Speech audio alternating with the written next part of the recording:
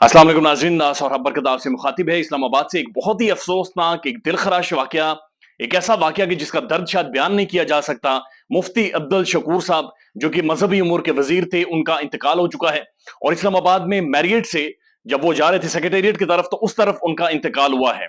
वहां पर साथी सिग्नल भी मौजूद था।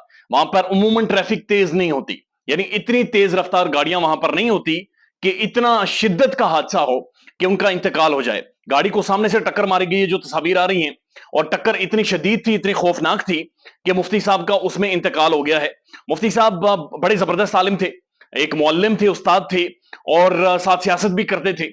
जमीयत उलमा इस्लाम से इनका ताल्लुक था, और आजमीन हज के लिए इन्होंने बड़ी कोशिश की थी, बहुत ज्यादा मेहनत की थी कि उनकी तादाद में किसी तरह से इजाफा हो। तो एक बड़ी जबरदस्त किस्म की पर्सनैलिटी, एक मजहबी पर्सनैलिटी, चेहरे पर नूर था, एक बड़ी खूबसूरत दाढ़ी उन्होंने रखी होती थी, थोड़ा सा सख्त रिजिड थे, लेकिन बड़े जबरदस्त आलिम थे। और उनका इंतकाल हो गया है। कहा जा रहा है कि काली गाड़ी थी, काला वीगो था, डाला था बड़ा, और उसने आगे से टक्कर मारी और 5 बंदे उसके अंदर सवार थे, जिसमें मुफ्ती साहब का इंतकाल हो गया है। कुछ चैम गोई इस्लामाबाद के अंदर रूमर्स हैं, जैसे कि शायद ये जितना हादसा दिखाया जा रहा है उतना हादसा नहीं था, बल्कि इससे बड़ी चीज थी। और मुफ्ती साहब को रास्ते से हटाया गया है, कुछ बहुत सारे लोगों की, बहरहाल मुख्तलिफ ग्रुप्स में यह बात कहना है। लेकिन पुलिस के मुताबिक वो जो 5 बंदे उस डाले के अंदर थे, उन्हें हिरासत में ले लिया है, और पुलिस ज़ाहिर इन्वेस्टिगेट करेगी, और मामले की जो हकायक है वो आने वाले टाइम में सामने आएंगे। ये तो एक बहुत ही अफसोसनाक खबर है। लेकिन गुज़श्ता दिन इमरान खान के साथ जमान पार्क में वेटरन्स की मुलाकात हुई है। वेटरन्स वो वाले सारे फौजी, वो सारे जर्नल्स, वो सारे जवान जिन्होंने पाकिस्तान के लिए बड़ी कुर्बानियां दी हैं। पाकिस्तान की एक्स सर्विसमैन सोसाइटी, पाकिस्तान के एक्स जनरल ब्रिगेडियर्स, वो जाकर जमान पार्क में इमरान खान से मिले हैं। और ex foreign secretary Shamshad Ahmad Khan भी इमरान खान से जाकर मिले हैं। शमशाद साहब का क्लियरली कहना है कि जो सर्विसमैन हैं, जो एक्स फौजी हैं सारे, उन सब ने इमरान खान को यकीन दहानी कराई है कि हम आपके साथ खड़े हैं, और आप हिस्ट्री की, तारीख की एक राइट साइड पर खड़े हैं, और एक हकीकी आजादी के लिए हम कोशिश कर रहे हैं। तीसरी खबर यह है कि आज बाकायदा से लाहौर के अंदर एजाज एहसन साहब की सरबराही में वकला ने, तमाम तर पाकिस्तान की वकला बरादरी ने एक करारदाद मंजूर की है। और वो करारदाद बड़ी क्लियर कट है कि हम सुप्रीम कोर्ट के ऊपर अटैक नहीं करने देंगे, हम जजेस के ऊपर अटैक नहीं करने देंगे, और हम मुकम्मल तौर पर सुप्रीम कोर्ट के पीछे खड़े हैं। इंतखाबात करवाओ और मुल्क को सॉर्ट आउट करो, यानी मुल्क के जो मसाइल हैं सॉर्ट आउट करो। यकीन कीजिए, मैं कुछ अर्सा पहले श्रीलंका गया और फिर कंबोडिया गया, ये दोनों कंट्रीज डिफॉल्ट कर चुके हैं, ऑफिशियली ये फारिग हो गए हैं, पैसे टैक के कोई नहीं है, इनकी मईशत को आईएमएफ कंट्रोल कर रहा है, इंटरनेशनल जो लेंडर्स हैं, कर्जा देते हैं ममालिक, वो कंट्रोल कर रहे हैं। इन मुल्क का पट्टा गोल हो गया है। लेकिन जो अनारकी, जो पॉलिटिकल केओस, जो माहौल पाकिस्तान के अंदर है, ये उन कंट्रीज के अंदर नहीं है। श्रीलंका और कंबोडिया के अंदर ऐसा माहौल नहीं है जो पाकिस्तान के अंदर बना दिया गया है।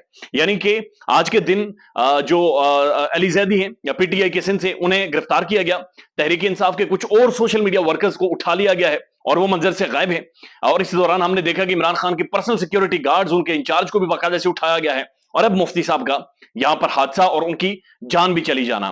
पाकिस्तान के अंदर एक शदीद तरीन क्राइसिस है।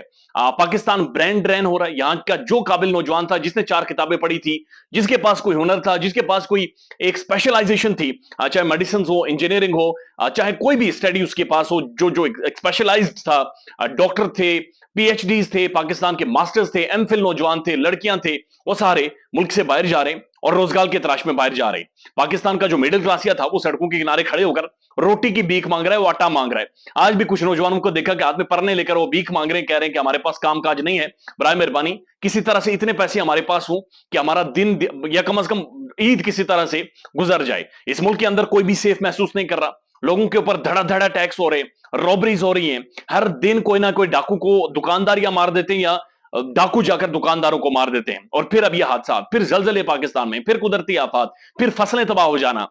It's a serious serious chaos in this country. For God's sake, ये एक न्यूक्लियर स्टेट है, इसकी इतनी तगड़ी फौज है, इतनी जबरदस्त इसकी ब्यूरोक्रेसी है, इतनी जबरदस्त इसकी पुलिस है, यहां पर जजेस हैं, यहां पर पढ़े लिखे लोग हैं, यहां पर साफी है, मीडिया है, लेकिन उसके बावजूद भी ये मुल्क कुछ लोगों की आना की खातिर, कुछ बंद दरवाजों के पीछे लोगों की वजह से उस खूह में चला गया है कि जहां से लाइट ही नहीं नजर आती। और हर दिन बुरी खबरें, भयानक खबरें, खौफनाक खबरें पाकिस्तान के हवाले से रिपोर्ट हो रही हैं। दरखास्त यही होगी कि इस मुल्क के लिए दुआ करें। दिल डूब सा गया है, उम्मीद नजर नहीं आती, होपलेसनेस महसूस हो रही है। खुदा करीम इस मुल्क को बरकरार रखे, इस मुल्क को कायम और दायम रखे। हमारे दानिश्वरों को, हमारे जो फैसला साज हैं, उन्हें अक्ल नसीब करे।